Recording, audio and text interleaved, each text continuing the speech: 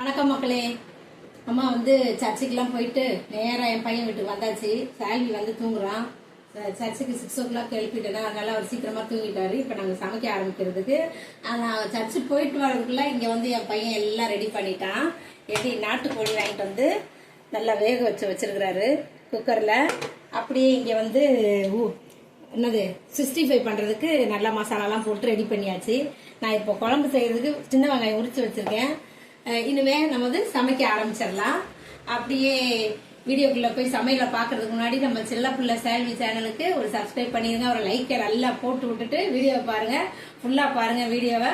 இடையில பார்க்காம ஒரு கொஸ்டின் கேக்குறீங்க, அது கஷ்டம் தான். நான் ஃபுல்லா பார்த்துட்டு கேளுங்க, எல்லாமே அங்கேயே இருக்கும், அதுலயே இருக்கும் எல்லா ஆன்சரும்.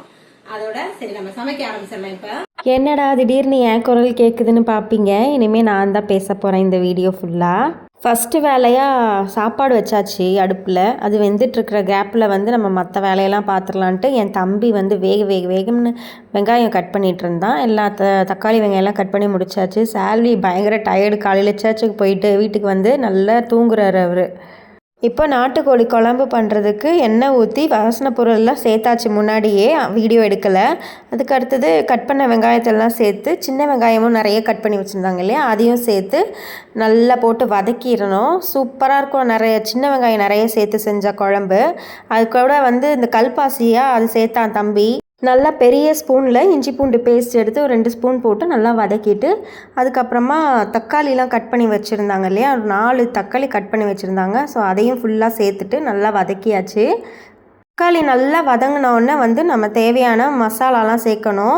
இப்போ எனக்காகவே இந்த குழம்பு செய்கிற மாதிரி செஞ்சு கொண்டு வந்திருந்தாங்க. சூப்பராக இருந்துச்சு. மசாலாலாம் வந்து மிளகாத்தூள்லாம் வந்து நல்லா கம்மியாகவே போட்டு என் தம்பி செஞ்சுருந்தா. சூப்பராக டேஸ்ட்டாக இருந்துச்சு. யூஸ்வலாக நிறைய போடுவாங்க, அப்போ தான் வந்து அவங்களுக்குலாம் பிடிக்கும். எனக்காக வந்து இந்த வாட்டி கம்மியாக போட்டிருந்தாங்க. ரொம்ப சந்தோஷமாக இருந்துச்சு. அப்புறம் தேவையான அளவுக்கு சால்ட்டும் சேர்த்து நல்லா எல்லாத்தையும் சேர்த்து நல்லா வதக்கிட்டு, எண்ணெய் பிரிகிற அளவுக்கு அது வதங்கினா தான் வந்து குழம்பு நல்லா டேஸ்ட்டாக இருக்கும். எப்போயுமே அம்மா அதை தான் சொல்லுவாங்க. ஸோ அது நல்லா வதங்கிருச்சு. எண்ணெய் பிரிஞ்சு வந்ததுக்கப்புறமா வேக வச்சுருந்த நாட்டுக்கோழியை வந்து இதில் சேர்த்தாச்சு. சூப்பராக இருந்தது. கோழி ஒரே விசிலில் செம்மையாக வெந்துருச்சு. அது என்னவோ தெரியல, ஒரு விசில் தான் விட்டாங்க, செம்மையாக வெந்துருந்துச்சு. யூஸ்வலாக ஒரு 2-3 விசில் விடுவாங்கன்னு நினைக்கிறேன் நாட்டுக்கோழிக்கெலாம். அது என்னமோ அது நல்லா வெந்துருச்சு. சூப்பராக இருந்துச்சு. குழம்புக்கு தேவையான அளவுக்கு தண்ணி ஊற்றி மூடி போட்டு வேக வச்சாச்சு. ஆல்ரெடி நல்லா வெந்துருச்சு, சும்மா கொதிச்சா போதும். சூப்பராக கொதிச்சிருச்சு. கொஞ்சம் வெந்துருச்சா அதெல்லாம் டேஸ்ட்டெல்லாம் பார்த்துட்டு கிளறி பார்த்து டேஸ்ட்லாம் பார்த்துட்டு இருந்தேன். ரொம்ப கிளறாதீங்கம்மா, ஏற்கனவே நிறைய வெந்து போச்சு, அப்புறம் எலும்பு தனியாக சதை தனியாக வந்துடும் அப்படின்ட்டு என் தம்பி சொல்லிகிட்டு இருந்தான். லாஸ்ட்டாக வந்து கொத்தமல்லி தூவி குழம்ப வந்து இறக்கியாச்சு. செம்ம டேஸ்ட்டாக இருந்துச்சு. நல்லா சாப்பிட்டாங்க அன்றைக்கி எல்லோரும். நானும் ரொம்ப நல்லா சாப்பிட்டேன். அப்புறமா சிக்கன் 65 செய்யலாம் அப்படின்ட்டு எண்ணெய் ஊற்றி கொஞ்சம் சிக்கன் வந்து மசாலா ஆல்ரெடி போட்டு வச்சுருந்தாங்க இல்லையா, சிக்கன் எல்லாத்தையும் நல்லா வறுத்து முடிச்சாச்சு. அன்றைக்கி சமையலும் முடிஞ்சிருச்சு. பேர பிள்ளைங்களுக்குலாம் குழம்பு ஊற்றிடுறேன்.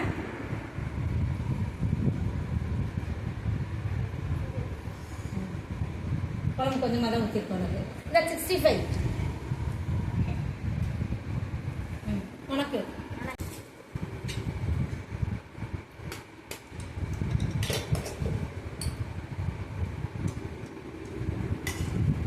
குழம்பு இது ஊற்றிக்கலாம்.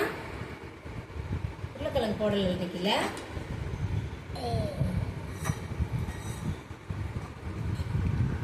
நாட்டுக்கோழி 65 பண்ணியாச்சு, அதுவும் வச்சுக்கலாம்.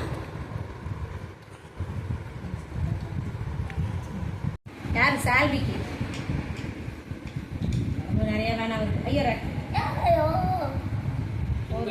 சாப்பிடுங்க.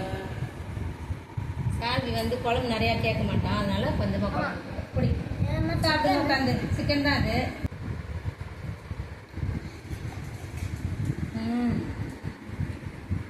அடியில் தப்பு சூடாது.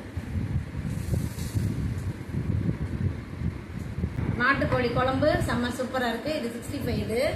இதுவும் நல்லா செம்மையாக இருக்குது. நம்ம நல்லா எல்லோரும் என்ஜாய் பண்ணி சாப்பிட போகிறோம். நீங்களாம் என்ன உங்கள் வீட்டிலலாம் நான் இன்னைக்கு சண்டே சமையல் என்னன்னு கமெண்டில் சொல்லுங்கள். நம்ம அடுத்த வீடியோவில் பார்க்கலாம். பாய் பாய். திரும்பி ஓடி போயிடுச்சு.